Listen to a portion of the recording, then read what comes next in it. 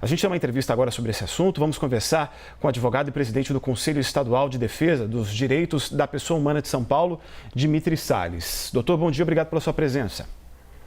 Bom dia, Jairo. Bom dia, Brasília. Estou à disposição. Muito obrigado.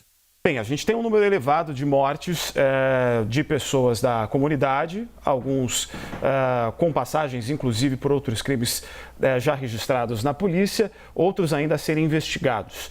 Quando a gente vê uma ação como essa, em que existe um grau elevado de mortes, existe por parte do Estado o cumprimento da sua função ou o exagero do cumprimento da sua função, uma vez que, por exemplo, mesmo na questão da defesa ou da forma de agir, o policial pode responder por qualquer morte que aconteça durante o seu trabalho?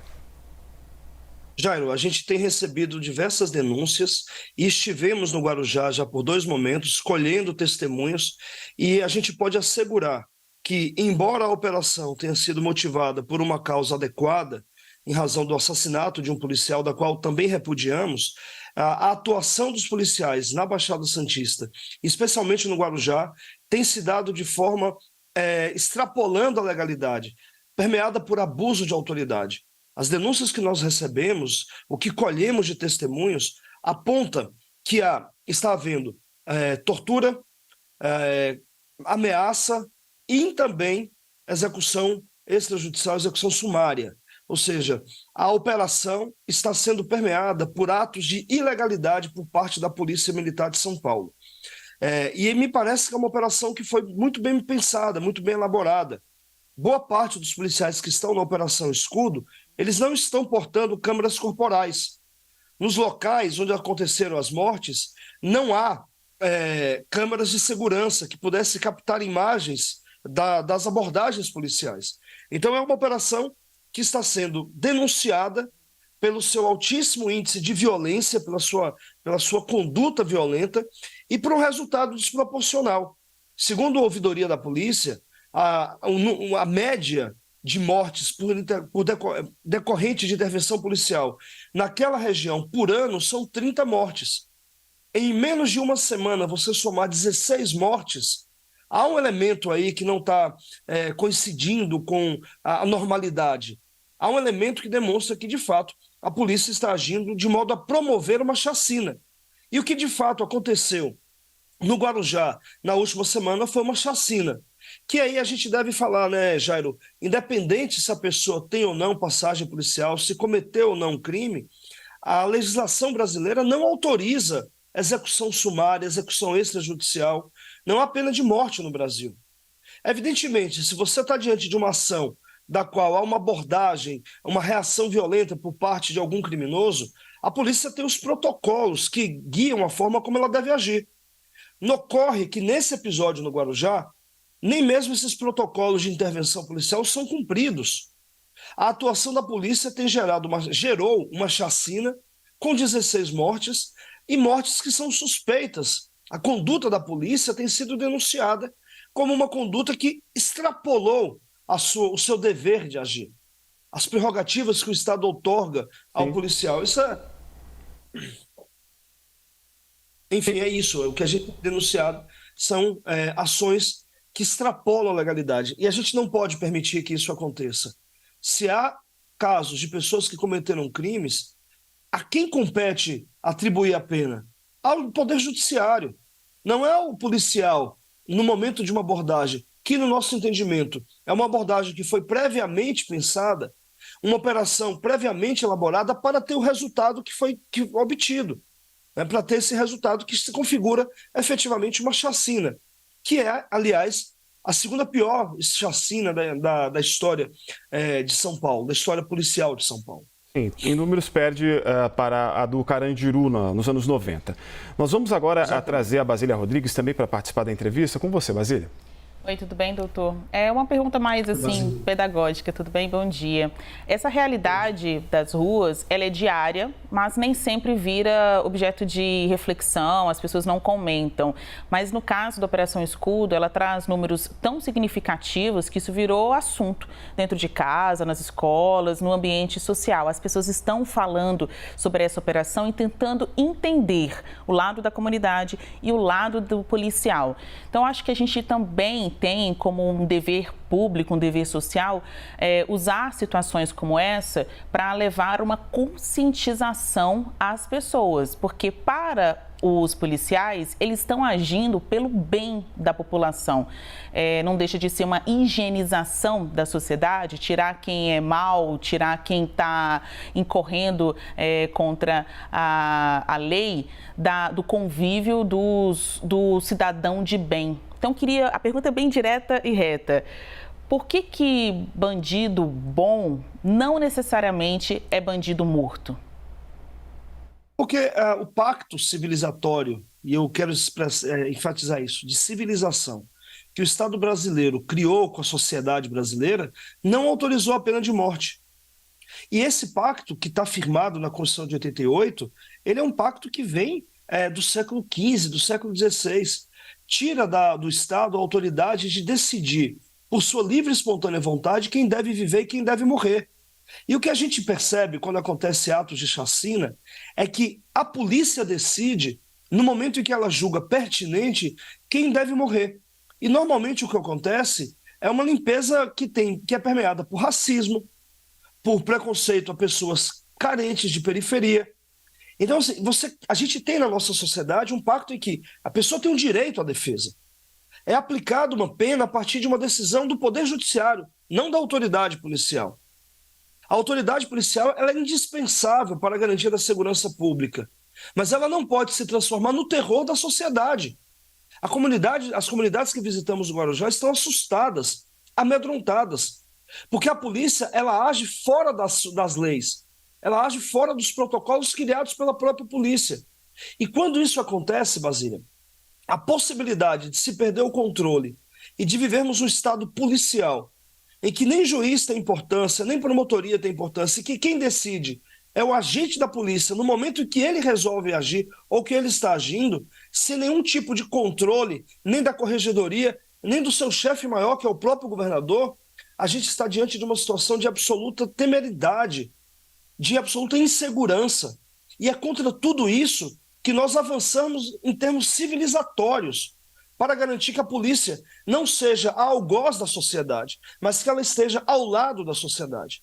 Diante de um criminoso que viola as leis, que comete crimes, dos mais terríveis aos mais brandos crimes, existe a forma da punição. E a punição não está na execução sumária e extrajudicial deste criminoso. Eu sei que a gente ouve muita gente dizer bandido bom é bandido morto, queria ver se fosse com a sua família. Enquanto cidadão comum, eu tenho o direito, por exemplo, de ficar insatisfeito, de exigir uma medida que seja radical. Mas, no fundo, quando a gente para analisar friamente, nenhuma dessas medidas radicais, nenhuma dessas medidas que são muito mais argumentativas, retóricas, resolve o problema da segurança pública. Nós temos chacinas no Brasil a todo ano. Em São Paulo, há pouco mais de 3 anos, o massacre de Paraisópolis, a chacina do Castelinho, a chacina do Carandiru. Nada disso transformou a política de segurança pública melhor. Nada disso aumentou a sensação de segurança do cidadão.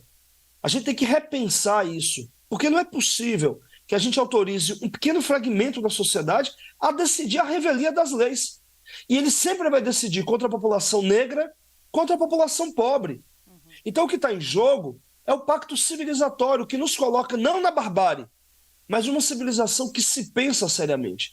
Eu sei que esse meu discurso pode parecer muito teórico, eu sei que esse meu discurso não atende às expectativas mais acaloradas do cidadão que, por exemplo, teve o seu celular roubado, ou mesmo da família do policial que foi assassinado. Eu entendo isso. Mas a gente também não pode, diante da emoção do momento, autorizar que o governador do estado, sem que, por exemplo, tenha acesso a nenhum laudo pericial, sem que tenha acesso a nenhuma imagem de câmara corporal, imediatamente autorize e legitime uma ação que, no fundo, é uma chacina, que gera a morte de 16 pessoas, ainda que sejam pessoas que tenham ou não passagem, tenham tido ou não alguma condenação. Então não é possível que a gente descumpra esse pacto social. Sabe uma coisa que eu notei das últimas respostas que o senhor deu? O senhor conseguiu traçar uma diferença entre população, um cidadão comum, e o agente policial, porque, na sua avaliação, é até legítimo que esse cidadão comum queira uma pena radical, né? Queira ter uma justiça imediata, né? Para tentar suprir, reparar o dano que ele está sendo alvo.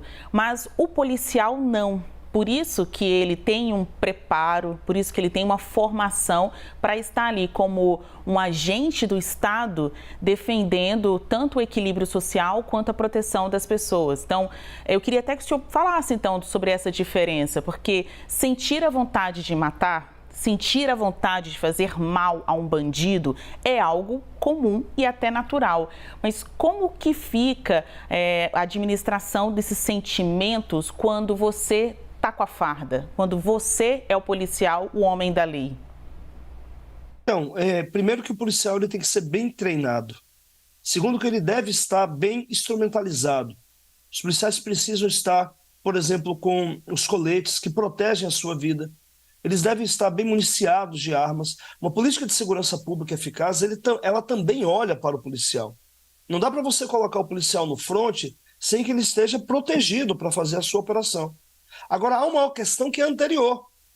Há uma ideologia que guia a atuação desse policial. Ideologia entre aspas. Há uma decisão política, na verdade. Melhor do que ideologia, a palavra correta é decisão política, que guia a atuação deste policial. Um policial que é guiado a agir dentro da lei e que, diante de uma situação extrema, está, entre aspas, autorizado a agir com o excesso permitido pela lei, esse policial que age pelos protocolos, seguindo os protocolos, ele age em acordo com as normas jurídicas. Ele age, mesmo que tenha que tomar uma atitude que resulte na morte de alguém, ele está agindo permeado pela legalidade. Se o governo do Estado, mais precisamente a figura do governador ou de uma governadora de Estado, autoriza que este policial haja contra a lei, não está cumprindo com seus deveres. O que eu quero dizer é a decisão do policial na hora de agir, ela é permeada por protocolos. A decisão de extrapolar os protocolos é uma decisão política de quem comanda a corporação. Como é que a gente pode ajustar isso? Primeiro, é a decisão política fundamental. O governador precisa, por exemplo, suspender a matança na Baixada Santista. Uma ordem dele gera a suspensão dessa onda de violência e de terror que está na Baixada Santista. Segundo, fortalecer a corregedoria. E a corregedoria tem que ter o compromisso de apurar as más condutas dos seus agentes. Terceiro, fortalecer os mecanismos de controle externo da atividade policial. A ouvidoria da polícia, por exemplo, o CONDEP. Eu quero lembrar que essa onda de violência, ela não é satisfatória para ninguém. Veja, por exemplo, o fato de que 2 policiais, uma policial e um policial, foram atacados na terça-feira na cidade de Santos. Veja a situação do Guarda Civil Metropolitano de Cubatão, que foi assassinado. Uma política de segurança que ela é permeada pela permanente sensação de terror, ela vai gerar danos para a sociedade, para o cidadão comum, seja ele praticante de algum crime ou não, porque há que desconsiderar que há muitos casos em chacinas em que as pessoas não haviam cometido crime, como é o caso de Paraisópolis, em que os 9 mortes, nenhum deles tinha nenhum tipo de passagem, ou é deletério, é ruim também para a própria polícia militar, para os agentes da polícia. Essa sensação de insegurança, ela precisa acabar, sobretudo porque ela gera danos para a sociedade e para os policiais. Nenhum de nós queremos agora ver uma onda de assassinato de policiais. Isso não é desejado. Com certeza. Não se pode admitir que essa política de segurança gere a morte de policiais. Então, o que eu tentando te responder, é preciso que o Estado assuma um compromisso de pautar a sua atuação pela legalidade. Sim. E se o policial age permanentemente contra as leis, ele deve ser punido, sim. Ele deve ser punido. A gente vai voltar ao código de Hammurabi, olho por olho, dente por dente, e realmente perde-se o controle, né, sobre a segurança na cidade. O que é interessante quando a gente vê os dados, por exemplo, do estado do Rio de Janeiro, você tem, se não for a que mais, uma das que mais mata e também uma das polícias que mais morre. Mesmo assim, ninguém se sente seguro no estado do Rio de Janeiro. Isso é um fato que acontece há muitos anos. Dmitry, rapidamente, só para a gente poder encerrar, tem uma última pergunta a você. A gente falou aqui muito do campo prático e também muito do campo teórico. No campo da teoria, tem uma coisa que fala-se muito, que é a necessidade de investigações a respeito destes casos. E para isso você precisa contar não somente com as autoridades dispostas a avançarem nas investigações, como também a produzir provas, né? Algo fundamental em qualquer processo. Na prática, você tem policiais sem as câmeras de segurança nessas operações, como você citou no início, locais onde não existem câmeras da própria população que pudessem ajudar na produção de provas e tudo na dependência daquilo que é dito, né, dos testemunhos. Como na prática é possível provar o exagero de operações policiais deste tipo? Essa é uma das operações que a gente vê com maior dificuldade de elucidação, de esclarecimento. Nós temos depoimentos testemunhais, pessoas da comunidade apontam o abuso da autoridade policial. É possível, nós estamos aguardando os laudos cadavéricos nos corpos para identificar a prática de tortura, para identificar se houve execução sumária.